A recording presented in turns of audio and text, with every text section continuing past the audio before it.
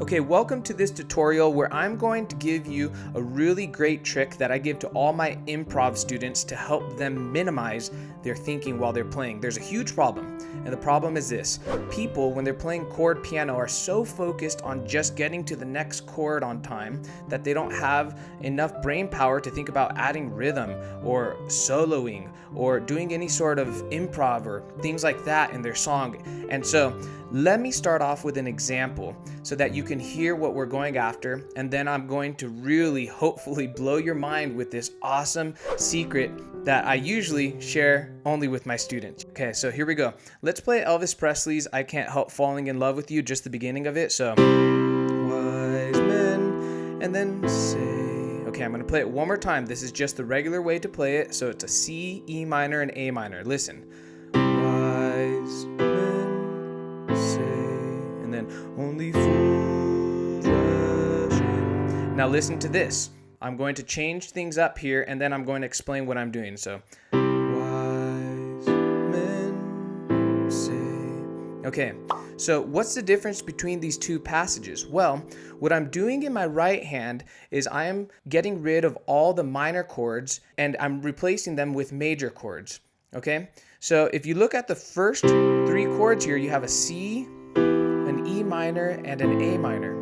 And so what I'm thinking to myself, this trick that I figured out after years of playing in church, I figured out that if I only have to focus on major chords in my right hand, that'll only leave three major chords I need to focus on. That'd be the 1 chord, the 4 chord, and the 5 chord. So instead of thinking of all the 7 chords in your right hand that you have to play, just think in terms of 3 chords, and that'll simplify things. Here's what I mean. So on the C chord, do we need to change this? No, it's not a minor chord. How about the E minor? Well, yeah, let's change this. So what I think in my head is I think, okay, to make this an E minor 7 chord, to make it sound more full and rich, you would add this note up here, right? Okay? And so if you look at this chord and the top 3 notes, it ends up being a G chord. Huh, that's interesting. So we could play an E minor with it as a G chord, and it will sound more like an E minor 7. So we're describing this E minor chord as a G over E. So you have this. And then for the A minor, what you do is you would add the 7th note up top here, and then notice that the top 3 notes create a C chord. So if I were to play my E minor like this, so wise men. So instead of this inversion, what if we brought it down? So wise, listen how much better this sounds. Men. And then for the A minor, say, we play the C chord, right? Say, only fools rush in. Okay, so what's happening here? What's happening is I'm replacing my minor chords with major chords. And the reason why this sounds better is because really the minor chord, when we think of it more as a G over E, is becoming a minor 7. So number one, it sounds richer, and then it simplifies things so that you only have to think of your right hand in terms of major chords. So 3 chords, we're condensing it into 3 chords. Now you might be thinking, Nick, this is so challenging because how the heck am I going to see an E minor chord and then automatically think, okay, add the 7 and then it's a G chord? Well, I'm going to give you a trick for how to think of this. You have to spot your landing. For instance, if you're reading this chord chart and you see an E minor coming up, any minor chord coming up, what you do in your head is you think, okay, the normal way to play the minor chord, for instance, the E minor, would be this. And what you do in your head is you go up a 3rd interval within the scale. So we know we're in the key of C, so from here we go up. So it would be this chord, but a 3rd interval in the scale, all my notes move up. So here's a 3rd interval up. And you spot your landing. Okay, I've had many students initially think this is going to be really difficult to do, but once they start spotting their landing and they practice for a couple days, they start getting this down. So anytime they see a minor chord, they spot their landing a 3rd interval up. So A minor, 3rd interval up would be here. So if you practice this way, not only will your chords sound richer, but you're simplifying things to just 3 chords in the right hand, and you're freeing up some brain power. So instead of this, wise men say. Now watch this. Wise men say. Okay, do you see how much richer that sounds? And it's a little bit more simple when you start thinking of chords that way. Now, if we were to go to a worship song, let's go to the key of E so that you get good practice on this. Okay, you get good practice on this. By the way, if you're enjoying everything I'm teaching here, you should definitely check out my paid courses up here. It's a monthly subscription with hundreds of videos just like this to take your improv piano to the next level and learn how to play naturally and with feeling. Basically, a lot of tutorials like this. Okay, so the key of E, here's a worship song. Okay, remember, we want to simplify things. So, here I am to worship. Okay, here I am to bow down. Okay, notice the next chord coming up is a C sharp minor. Here I am to say that you're my God. Okay, so that's a chord progression. It goes E, B over D sharp, C sharp minor. You should be thinking, the minor chords. I wanna get rid of those guys. Those are the culprits. Okay, so how would you get rid of this C sharp minor? Well, you should know from your scales. So notice that from C sharp minor, a third interval up would be 1, 2, 3 there. Okay, you cannot do chromatic. Don't go here. Why can't you go here? It's because you're in the key of E. The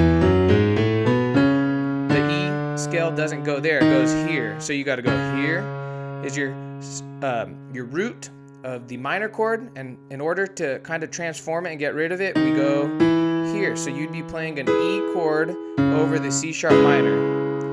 Okay? So here I am to worship, here I am to bow down. The normal person would go here, but you're going to just go ahead and move up a third interval within the scale and go there. Okay, so how does that simplify your playing? Well, if you notice, you can go from this E to the B over D sharp and just go back to the E. Okay, this frees up your thinking so much because you don't have to spot yourself over here. You don't have to move around to find a C sharp minor. You can just think in terms of major chords. So here I am to worship. Here I am to do bow down. Here I am to.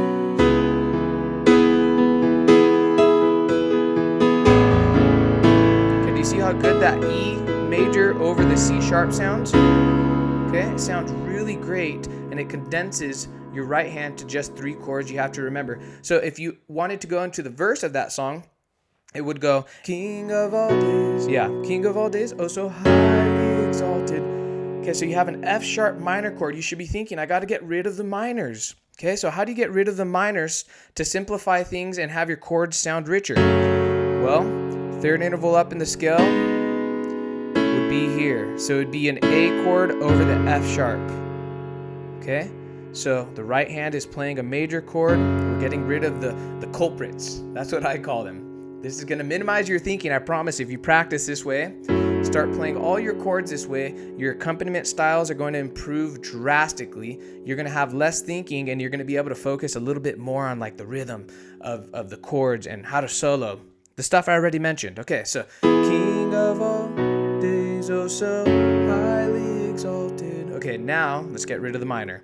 King of all days, oh so highly exalted. See how cool that sounds? It really will change your whole tonality and get more space, more thinking power into your brain. Let's do one last example. Hotel California.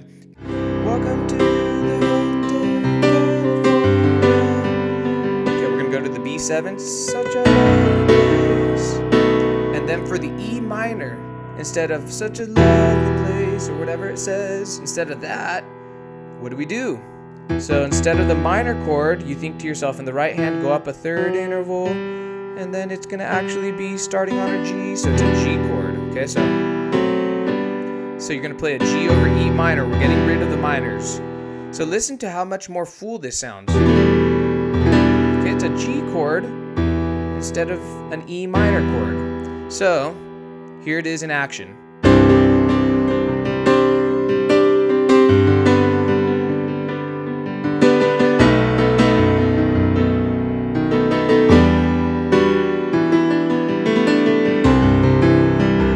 notice this little fill that I did here.